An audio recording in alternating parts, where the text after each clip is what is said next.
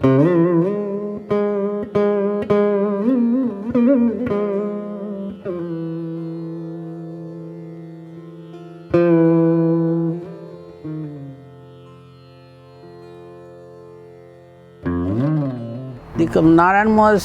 Narma said in Birad Bhagavatamrita, if anybody chant Śrī Kṛṣṇa Govindaya Gopijana Vallabhaya, then he will free from all problems.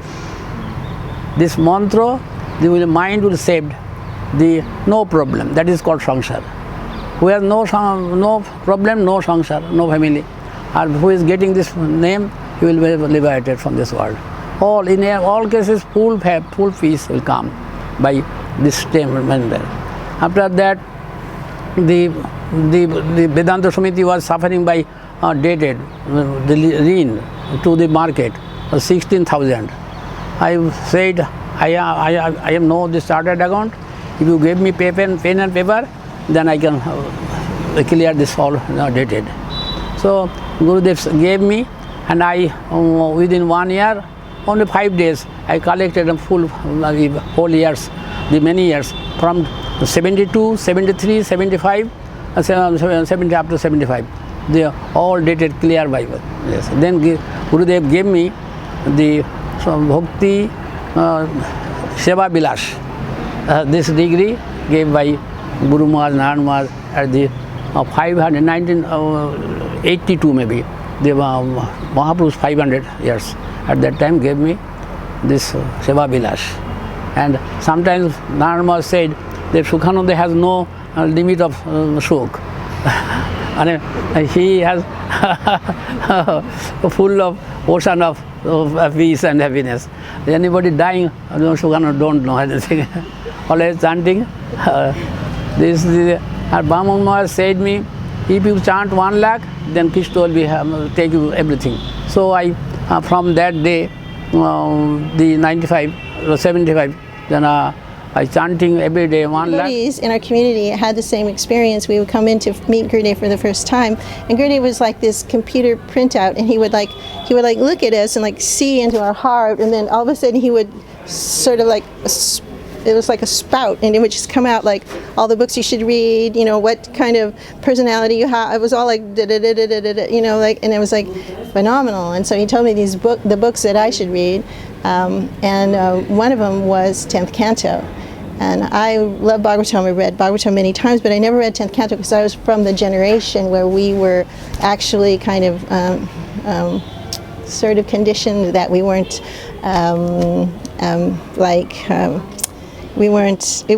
reading 10th Canto would be above our adhikar, or we weren't actually, we weren't like allowed to read it or so. So I had this conditioning, and I tried to read it and I couldn't. It just was blocked. So Gurudev said, you must read 10th Canto. And I'm like, oh, okay. And then he told me a bunch of books to read, other books to read. And other devotees had the same experience, but he told them different books. So we all got our own personal list. And this is just the first time meeting. So I did manage to read those books, but I couldn't read 10th Canto because there's this horrible conditioning that I wasn't what's the word? Qualified? Yeah. Yeah. Wasn't qualified, and I couldn't do it. But then through the years, 15 years of hearing from Srila Gurudev, even if we just sat in Badger and waited for him to come around that year, he went through all of Bhagavatam, and especially 10th Canto, every single Leela. And so after hearing all of Bhagavatam, especially 10th Canto, then I could read it. And I read it. It was hard. I read it, and then I read it again. And now I really like it a lot. But it's by his mercy. I discovered Gurudev, or he discovered me, approximately 2003 or 2002. I forget what year. That's what I was trying to look on Pure Bhakti TV, my reference point. And I had the good fortune to be raised in a family of Prabhupada disciples, so then they showed me the gold standard. And so in ISKCON, I came to appreciate what that gold standard was, which was His Divine Grace, A.C. Bhaktivedanta Swami Prabhupada.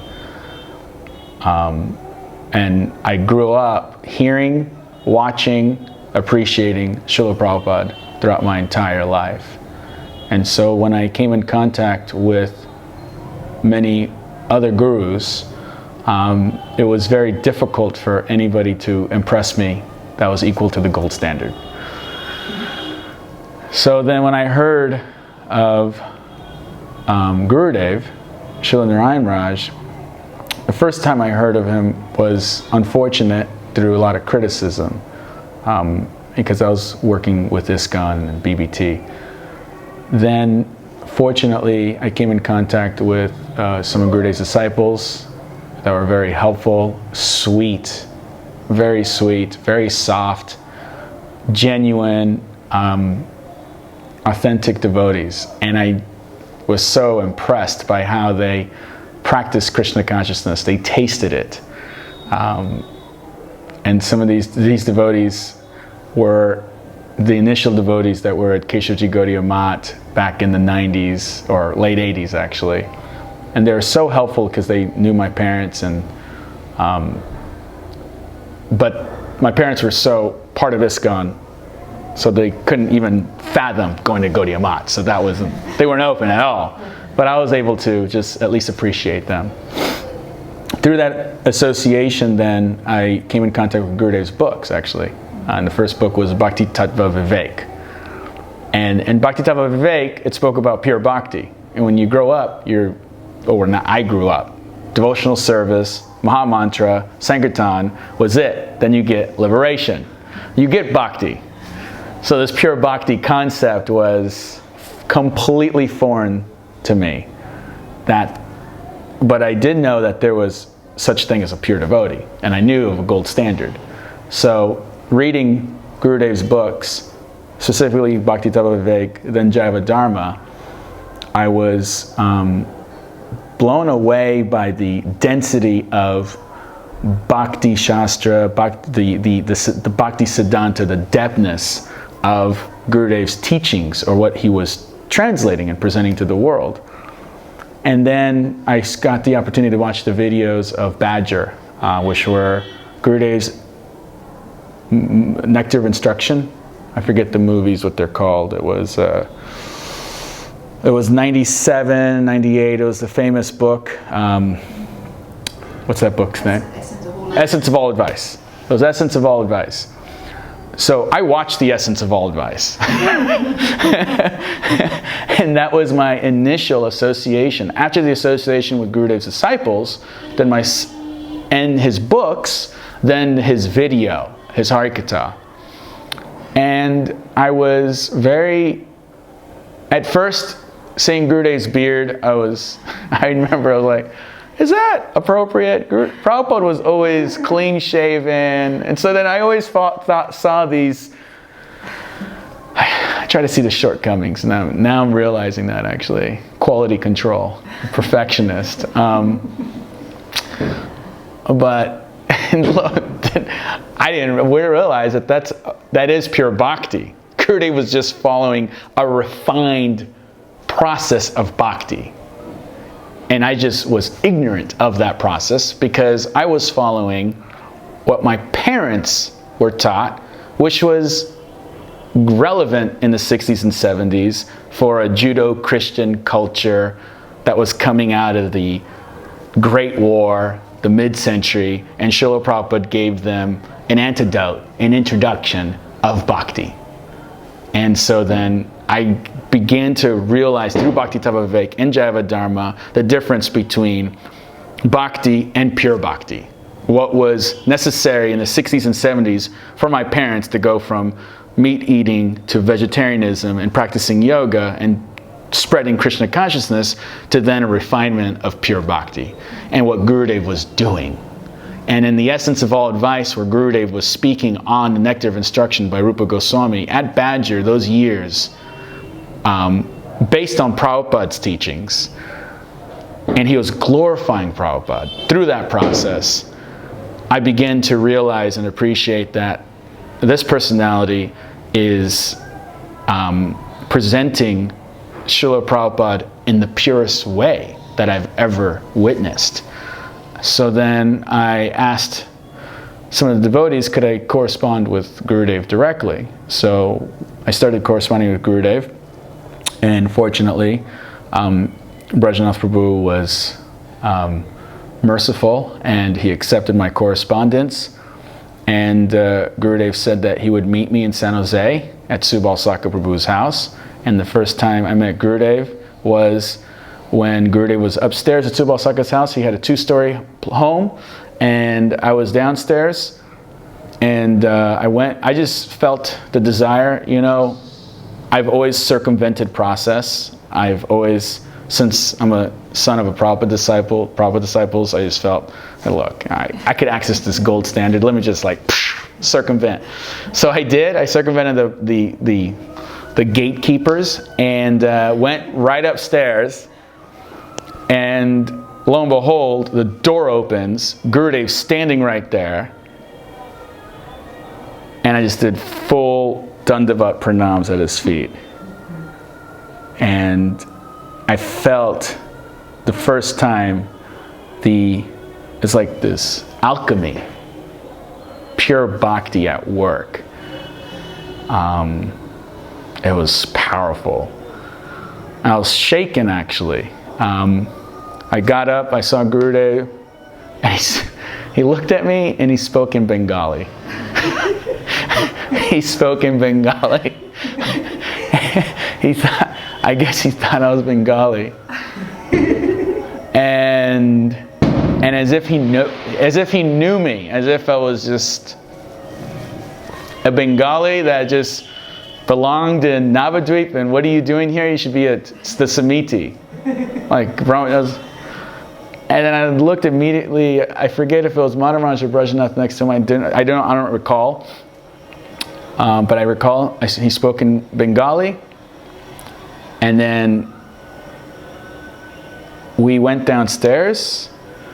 We had a brief exchange because I was writing him, so he learned of me, and then we did the kirtan. And this was before, I presume this was January of 2003, before his Vyas Puja, which was maybe going to happen, or before he was going to Lachwa. He was going to Lachwa that time period. It was January, February, and he was going to Lachwa. So I played Mridanga. We were doing Guru Puja, actually. We were doing Guru Puja. And I was excited. And actually, it's surprising. I was very excited.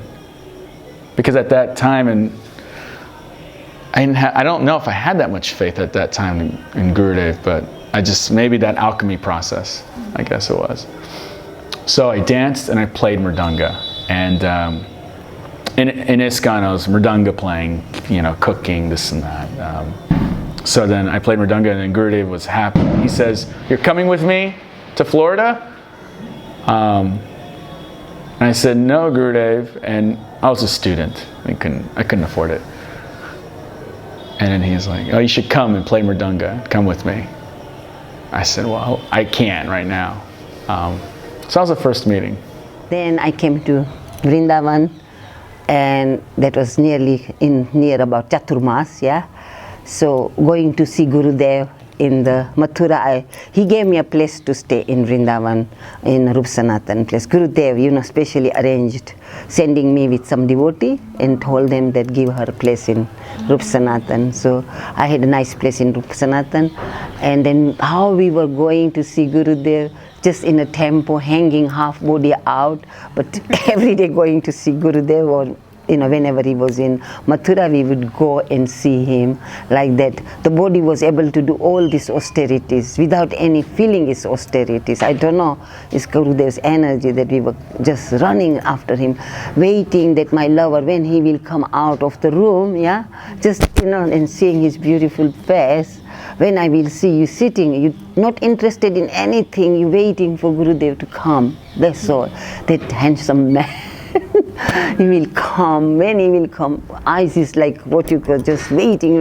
When he comes, you feel like calm down, oh, he's here, yeah. So like that it was. And his katha as well. Don't understand then also, it's just nice to sit in that environment and get his rays from his eyes. and feel like needed, or just feel like you are in the right place, right time, everything. So like that is going on. Once, I don't think so, it's the first year parikram, maybe third, fourth year parikram, I don't remember. So I get tired, especially this Brajmandal parikram. I get tired, like you get tired after doing certain, so you sit down. So one day I was sitting down in Lalita Sakhi's, Lalita Kyari or whatever you call it. There I was sitting tired. Gurudev comes with his stick. Now go round. So I just get up and go round. So how much he wants to us to collect our sukruti. So badly he will just, doesn't let us to waste our time. This also I felt, and I feel very proud that he chastised me for that. So like that is very, very nice. Yeah, and once I left the parikrama and came quickly to the Barsana over there, our Modi Bhavan or whatever it is called. Yeah, I came and he caught me. Okay. Says, he didn't send me back, but he caught me. He says, why you come early?